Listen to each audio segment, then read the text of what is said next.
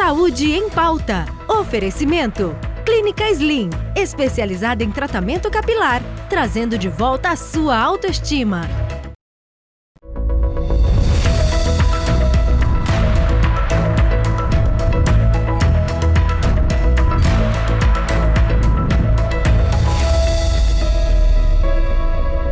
Boa tarde, está no ar mais um Saúde em Pauta. Eu sou a Carol Mendes, estou aqui para trazer para vocês temas atuais que vão ajudar você que está aí em casa assistindo a melhorar o dia a dia. Esse é o intuito, né? Trazer cada vez mais bem-estar e qualidade de vida com Saúde em Pauta. E o tema de hoje é crianças em casa.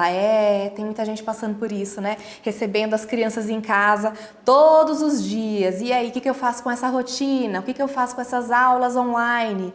Olha, de acordo com a Sociedade Brasileira de Pediatria, pesquisa recente, divulgada em 19 de agosto, dos 88% dos pediatras ouvidos, eles disseram que 75% dos seus pacientes apresentam oscilações de humor. E isso pode causar estresse, e o estresse ele pode ser levado até para a vida adulta. Como lidar com tudo isso? Nessa pandemia, as aulas vão voltar, não vão voltar, e essa ansiedade, toda essa nova realidade. Então, para isso, eu trouxe uma convidada muito especial, que é Neuza Strambeck. Ela que é psicóloga, proprietária da clínica Referência em Saúde e Educação de Santa Bárbara do Oeste. Ela tem 10 anos de experiência em terapia convencional na abordagem psicanalítica e 3 anos de experiência em atendimento de crianças com TEA, que é o transtorno espectro autista. Bem-vinda, Neuza! Boa tarde, Carol! Tudo bem? Tudo, graças a Deus. Obrigada por ter aceito o nosso convite, tá? Trazer conhecimento pra gente. Eu que agradeço o convite, Carol. Então vamos lá, como que a gente lida aí com essa situação toda? Você que recebe muita gente aí no seu consultório, né? Lida com isso no dia a dia. Já faz o quê? 5, 6 meses que a gente tá, nessa situação de crianças em casa, né? Como lidar com tudo isso? Carol, primeira coisa, com a verdade, né? Com as crianças, né? A gente tem que sempre tratar com a verdade. Né? Porque a criança, ela é criança em qualquer tempo, com ou sem pandemia, né? E a única coisa que mudou foi essa falta de previsão, né? A previsão que elas tinham, né, do mundo em que elas viviam, isso elas não têm mais hoje com a pandemia. De repente, a escola fecha e a criança não vai mais para a escola. Os pais não vão mais para o trabalho e começam a montar a mesa do escritório em casa, né? E essa falta de previsibilidade, todas essas mudanças, né, gera muita confusão na cabecinha da criança. Então, assim, sempre a verdade, né, numa linguagem que ela entenda, mas a verdade, sempre. Trazendo essa verdade, eu sei porque eu também sou mãe, né, e a gente lida muito com isso. Então, assim, a gente sai por aí a criança fala, ai, aqui tem bichinho. Aqui tem bichinho, cuidado com esse bichinho. Então, assim, essa verdade, ela pode gerar medo, ela pode gerar uma certa ansiedade nessa criança? Dependendo da forma como os fatos são trazidos, sim, né? Mas explicar a realidade em que nós estamos vivendo, colocar que existe um risco, né, que é real, né, que precisa tomar algumas medidas preventivas, isso faz toda a diferença. Tá?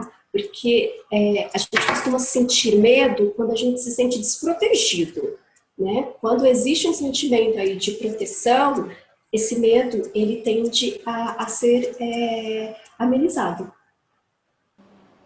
Ele acaba entrando na rotina, né? Toda essa informação, né? Mas o excesso da informação atrapalha também até nós, né? Que somos pais, né? A família também, né?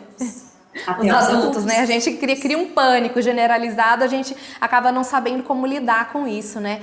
E as aulas, Neuza? Como que a gente faz para manter as crianças nessa nova realidade? Tiveram que se adaptar aí até as aulas online. Como que você tem visto isso no seu consultório?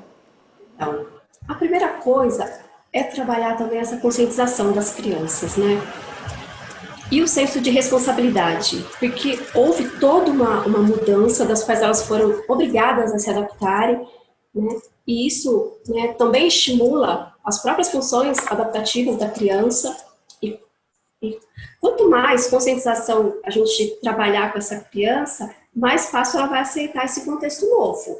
Então é importante dizer que, mesmo com todas as mudanças que foram necessárias, né, as aulas precisam continuar. É importante que ela continue estudando, que ela continue tendo contato com a turminha da sala dela, mesmo que dessa forma diferenciada, dessa forma online. Né? Então, todo esse processo de conscientização tem que ser feito para a criança, para que ela aceite melhor esse processo de mudança. E continue sendo produtiva, o que é mais importante. Né? E, às vezes, trazer alguns exemplos reais, né, dos próprios modelos que nós temos em casa ajuda muito, né, no sentido de dizer para a criança, olha, o papai e a mamãe também não estão indo para o trabalho, mas estão trabalhando em casa. Você, criança, não vai para a escola, mas você precisa estudar em casa. Entendi, mas é complicado, né? Mas enfim, estabelecer a rotina é complicado, né? É mais cômodo a gente parar e falar assim, socorro, o que eu faço? É mais cômodo a gente reclamar e falar, volta logo realidade. Mas eu creio que essa realidade vai demorar muito para voltar a ser como antes, se voltar, né, Neuza? É que na escola a rotina existe, né? Então lá as coisas funcionam, né? Lá eles têm uma rotina, então funciona de um jeito diferente, né? Mas quando, né, envolve o cenário doméstico, né, toda a dinâmica que já existia, né, e de repente uma dinâmica nova introduzida, realmente o desafio é grande, muito grande. E estabelecer uma rotina faz toda a diferença no processo, embora seja também um desafio. Esses quadros de rotina que muita gente fala, você acha que ajuda crianças menores? Sim, muito, né? Porque ajuda a criança a prever o ambiente. E isso reduz, assim, drasticamente o grau de ansiedade dessa criança, né? Sabendo o que vai acontecer daqui a pouco, ela consegue se organizar melhor, ela consegue produzir melhor. Então, é super importante, super válido, né? E são acordos, né, que você estabelece com a criança, né? E uma vez que você acorda alguma coisa com uma criança, ela só não vai cumprir se ela não tiver entendido aquele acordo ou se ela esquecer. Mas aí, se ela esquece, o quadro de rotina te ajuda a ir lá e lembrá-la daquele combinado, né? E se ela não entendeu, você também consegue voltar lá e dizer, vamos ver de novo o que nós combinamos, então fica mais fácil você conduzir a criança num ambiente assim mais amistoso, mais acolhedor, onde ela entende que ela consegue negociar e automaticamente você tem uma criança mais calma dentro de casa. É uma responsabilidade grande aí dos pais, né, Neuza? Olha, a gente vai para um rápido intervalo, mas antes eu tenho uma dica especial para você. Há mais de 25 anos no mercado, a Clínica Slim é especializada em tratamento capilar. Está com queda de cabelo, caspa, seborreia ou calvície? Não perca tempo. Entre em contato com a Clínica Slim agora mesmo e faça um teste no seu couro cabeludo. Ligue para 19 3406 6556 ou no WhatsApp 19 98737 3066. Clínica Slim, cuidando da sua autoestima.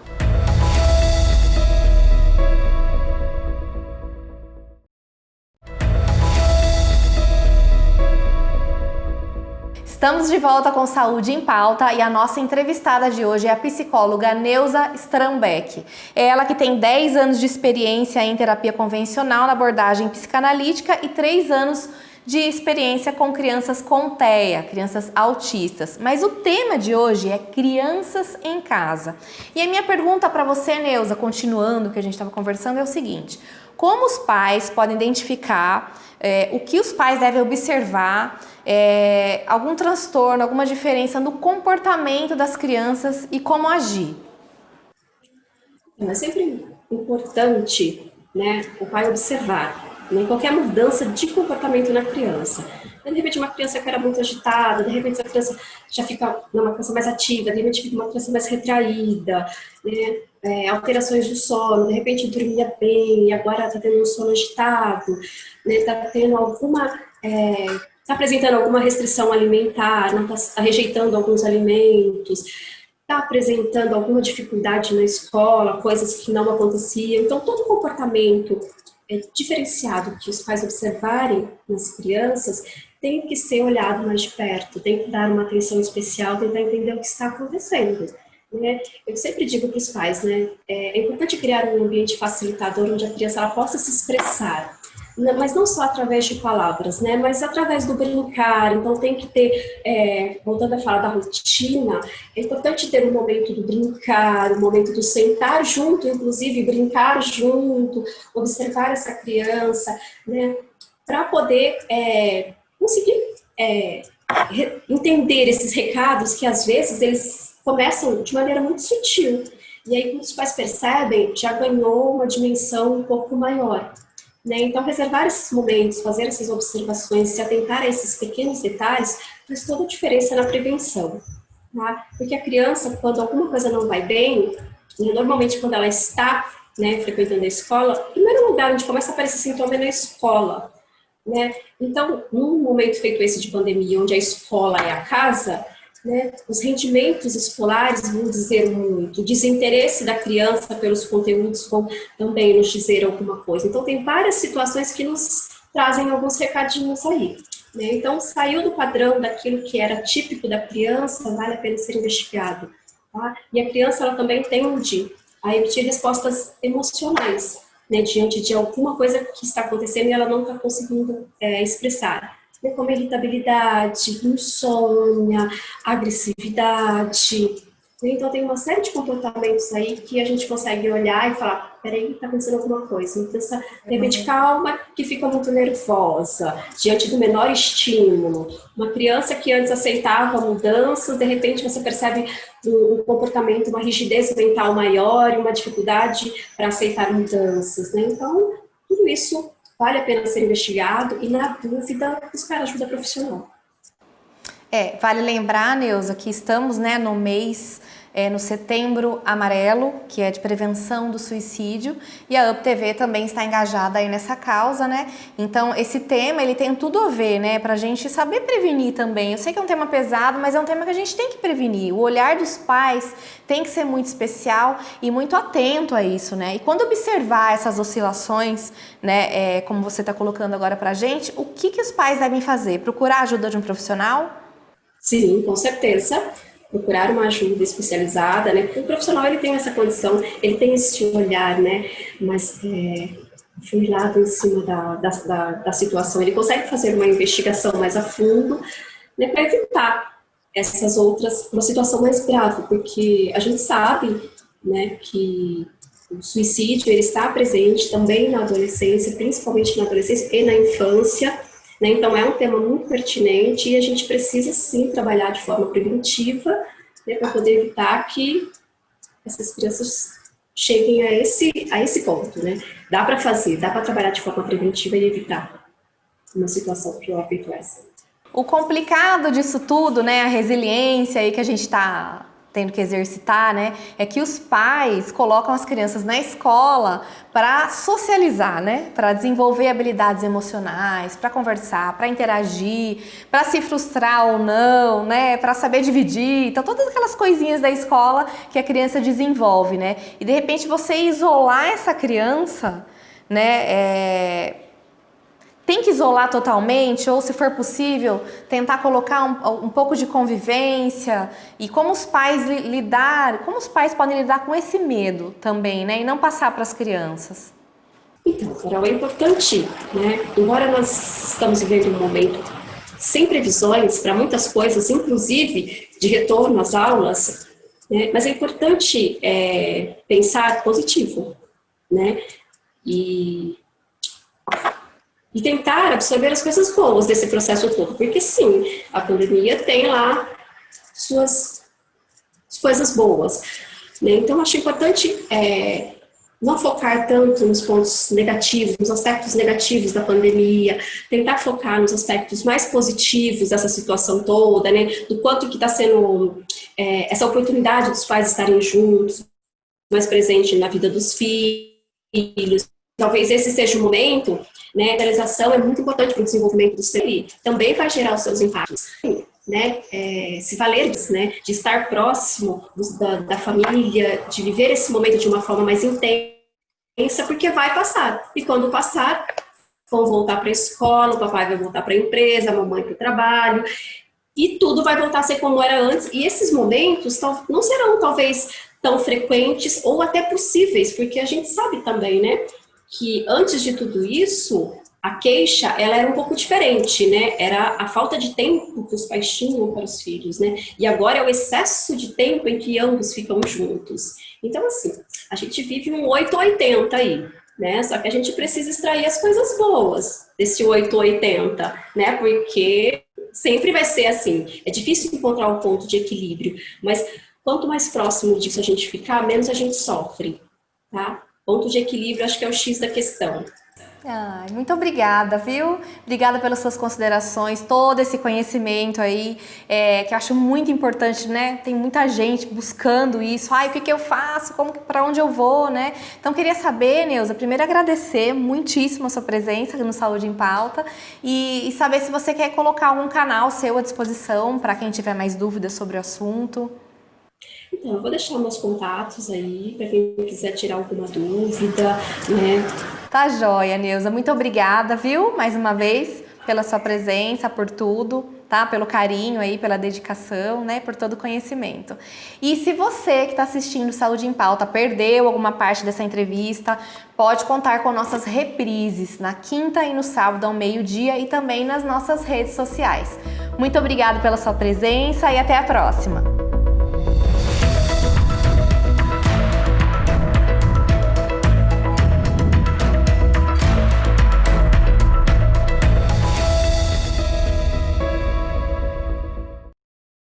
Saúde em Pauta. Oferecimento. Clínica Slim, especializada em tratamento capilar, trazendo de volta a sua autoestima.